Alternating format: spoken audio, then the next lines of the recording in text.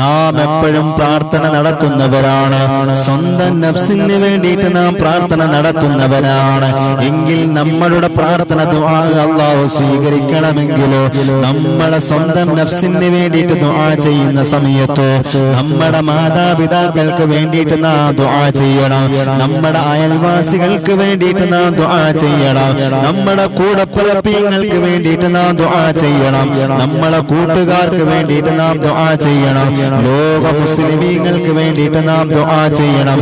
എങ്കിലേ അല്ലാഹു നമ്മളുടെ ദുആഇന് ഉത്തരം നൽകുകയുള്ളൂ.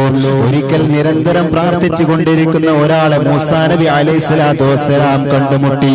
അങ്ങനെ അദ്ദേഹം അതാ ഒരുപാട് തവണ അല്ലാഹുവിനോട് ചോദിച്ച ചോദ്യങ്ങൾക്കൊന്നും ഉത്തരം നൽകുന്നില്ല, പ്രാർത്ഥന അല്ലാഹു സ്വീകരിക്കുന്നില്ല.